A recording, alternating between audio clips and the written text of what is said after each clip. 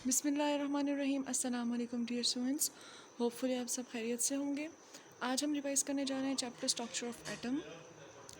Moving towards के atom जो है वो कहाँ से हमारे पास आया था। ठीक है, एटम की अगर हम बात करें तो for the very first time Democritus ने ये वर्ड इंट्रोड्यूस किया था from a Greek word atmos. ठीक है, और एटमॉस का मतलब था इंडिविजिबल, जो कि हमें जो डिवाइड नहीं हो सकता, एक स्मॉलेस्ट पार्टिकल होता है और जो हमें नज़र भी नहीं आ सकता। ठीक है, इसके बाद जॉन डाल्टन जो थे एक केमिस्ट थे जिन्होंने अपनी एटॉमिक थ्योरी में 1807 में एटम के बारे में बताया था। ठीक है, और इन्होंने ये कहा था कि एटम जो है वो फंडामेंटल यूनिट है मैटर का। इससे पहले भी हम डिस्कस कर चुके हैं कि मैटर की जो 3 मेन स्टेट्स हैं, सॉलिड, लिक्विड और गैस, ये सब किससे मिलके बनी है? एटम से ही मिलके बनी है। ठीक है, स्ट्रक्चर ऑफ एटम की अगर हम बात करें तो डाल्टन्स की जो थ्योरी थी, जॉन डाल्टन की थ्योरी थी, इन्होंने सिर्फ एटम के बारे में बताया था कि एटम स्मॉलेस्ट पार्टिकल है और ये इंडिविजिबल है, ये नज़र नहीं आ सकता, हम इसको नेकेड आई से नहीं देख सकते। बट इसके साथ साथ कुछ ऐसे साइंटिस्ट और केमिस्ट भी आए थे जिन्होंने एटम के स्ट्रक्चर के बारे में भी बताया था। ठीक है, एटम है क्या? जो भी चीज़ जो स्पेस में प्रेजेंट है, जिसका स्पेसिफिक मास है, जिसे हम मैटर कहते हैं, वो सब किससे मिलके बनी है? एटम से ही मिलके बनी है। ठीक है, यानी कि ऑल ओवर द वर्ल्ड जो मैटर है, चाहे सॉलिड है, लिक्विड है, गैस है, अगर हम उसकी बात करें तो उनका बिल्डिंग ब्लॉक कौन है? एटम है। ठीक है, एटम से ही मिलके ये सारी चीज़ें बनी हैं। अगर हम एटम की थ्योरी की, एटॉमिक थ्योरी की हिस्ट्री की बात करें या एटम की हिस्ट्री की बात करें तो ये स्टार्ट होती है ग्रीक जो हमारे पास केमिस्ट हैं डेमोक्राइटस से, और डेमोक्राइटस ने 400 बीसी में एटम का वर्ड इंट्रोड्यूस किया था। फिर इसके बाद एरिस्टोटल, जॉन डाल्टन आ गए थे, डाल्टन ने अपना मॉडल दिया था। ठीक है, या डाल्टन थ्योरी एटॉमिक मॉडल जो है उन्होंने प्रेजेंट किया था। इसके साथ साथ थॉमसन थे, बोहर थे, रदरफोर्ड थे, इन्होंने डिफरेंट एक्सपेरिमेंट परफॉर्म करके एटम के स्ट्रक्चर के बारे में बताया था। अलॉन्ग विद दिस एटम के अंदर कौन कौन से पार्टिकल्स प्रेजेंट होते हैं, किन के ऊपर कौन सा चार्ज होता है, ये सब कुछ इन ही केमिस्ट की तरफ से इंट्रोड्यूस किया गया था। ठीक है, एटॉमिक थ्योरी की अगर हम बात करें, जो जॉन डाल्टन ने, जिनका टाइम पीरियड था 1776 से 1884, इन्होंने जो थ्योरी प्रेजेंट की थी उसमें क्या कहा? इन्होंने कहा था कि जो मैटर है वो एटम से मिलके बनी है। ठीक है, atoms of the elements are identical. For example आपके पास कोई एलिमेंट है, जैसे अगर हम हाइड्रोजन एलिमेंट की बात करें, उसके सारे जो एटम्स होंगे वो क्या होंगे? आइडेंटिकल होंगे, वो एक दूसरे से मिलते जुलते होंगे। Each element has different atoms. Obviously हर जो एलिमेंट है उसके अपने अपने एटम्स होंगे। Atom can engage in a chemical reaction, atom की ही वजह से केमिकल रिएक्शंस होते हैं, और एटम को हम ख़ुद बना नहीं सकते, ना ही हम तोड़ सकते हैं। ठीक है, और ये इंडिविजिबल भी होता है। इसके बाद थॉमसन आ जाते हैं, इन्होंने अपना एक मॉडल प्रेजेंट किया था।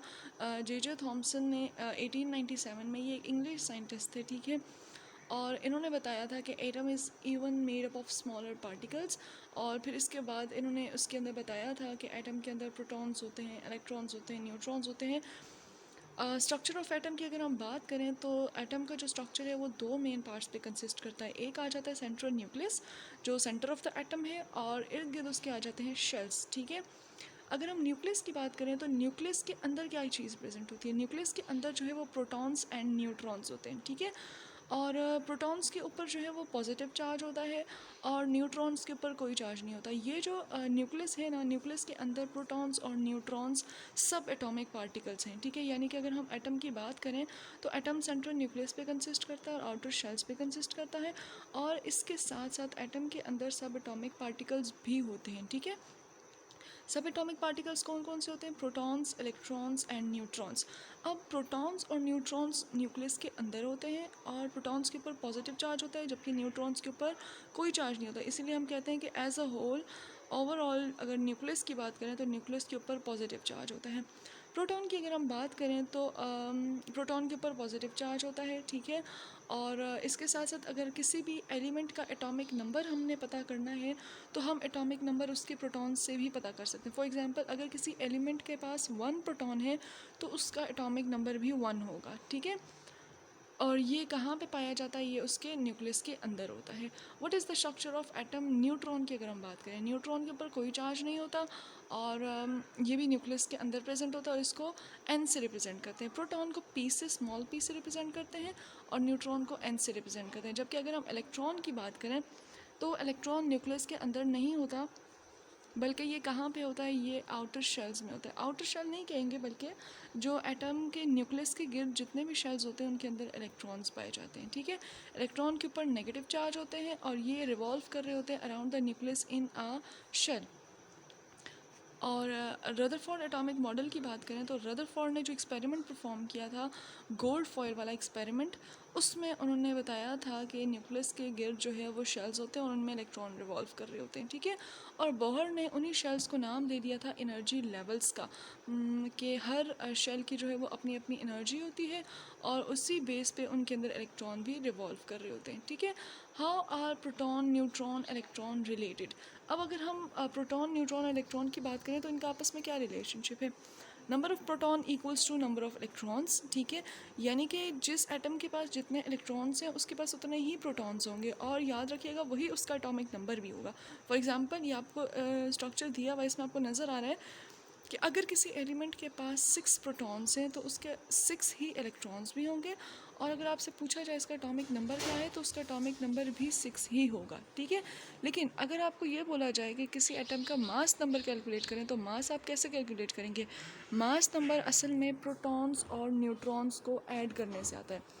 न्यूक्लियस के अंदर प्रोटॉन्स और न्यूट्रॉन्स प्रेजेंट होते हैं ना, अगर आप प्रोटॉन्स और न्यूट्रॉन्स को ऐड करेंगे तो आपके पास क्या आ जाएगा? मास नंबर आ जाएगा। ठीक है, number of neutrons equals to mass number minus atomic number. देखें, अब नंबर ऑफ़ प्रोटॉन्स और नंबर ऑफ़ इलेक्ट्रॉन्स और एटॉमिक नंबर तीनों इक्वल होते हैं, जबकि मास नंबर किसके इक्वल होता है? प्रोटॉन्स प्लस न्यूट्रॉन्स के। लेकिन अगर आपको नंबर ऑफ़ न्यूट्रॉन्स कैलकुलेट करने होंगे तो आप क्या करेंगे? Number of neutrons equals to mass number minus atomic number. Mass number को आप माइनस करेंगे जब एटॉमिक नंबर में से, तो आपके पास जो वैल्यू आएगी वो किसकी आएगी? वो नंबर ऑफ़ न्यूट्रॉन्स की आएगी। एटॉमिक स्ट्रक्चर में अगर हम रिप्रेजेंटेशन की बात करें तो हम कैसे रिप्रेजेंट करते हैं? अगर फॉर एग्जांपल हमने किसी एलिमेंट को शो करना है और उसका एटॉमिक नंबर और मास नंबर, तो उसके लिए जनरल फार्मूला हम ये लिखते हैं, सेंटर में सिंबल की जगह एक्स। ठीक है, जो भी कोई भी एक एलिमेंट होगा उसके सिंबल की जगह हमने एक्स डाल दिया है, जनरल फार्मूला है। ठीक है, उसके टॉप लेफ़्ट कॉर्नर पे आप जो है वो एटॉमिक मास शो करेंगे, ए वैल्यू। याद रखिएगा एटॉमिक मास को ए से रिप्रेजेंट किया जाता है और एटॉमिक नंबर को जेड से रिप्रेजेंट किया जाता है। तो उसके जो एलिमेंट का सिंबल होगा उसके टॉप लेफ़्ट कॉर्नर पे आप मास नंबर देखेंगे और जो बॉटम का लेफ़्ट कॉर्नर होगा उस पर आप एटॉमिक नंबर लिखेंगे। ठीक है, एटॉमिक नंबर किसके इक्वल होता है? नंबर ऑफ़ प्रोटॉन्स के इक्वल होता है। और मास नंबर किसके इक्वल होता है? Number of protons plus number of neutrons के इक्वल होता है। दोबारा से मैं बता देती हूँ, एटॉमिक नंबर किसके इक्वल होता है? The number of protons in an atom is referred to its atomic number. It is denoted by letter Z. Elements are defined by the number of protons they possesses. ठीक है, the atomic number of hydrogen is 1. Mass number की अगर हम बात करें, the mass of an atom resides in its nucleus. Obviously nucleus के अंदर protons and neutrons हैं, उन दोनों को आप ऐड करेंगे तो उसका मास नंबर बन जाएगा। ठीक है, the mass of an atom is practically due to protons and neutrons alone. Therefore, mass number of an atom is the sum of neutrons and protons present in the nucleus of an atom. तो इसी तरह से अगर हम बात करें hydrogen की, तो हाइड्रोजन के पास न्यूट्रॉन्स कोई नहीं होते और प्रोटॉन उसके पास 1 होता है, तो 1 + 0 = 1।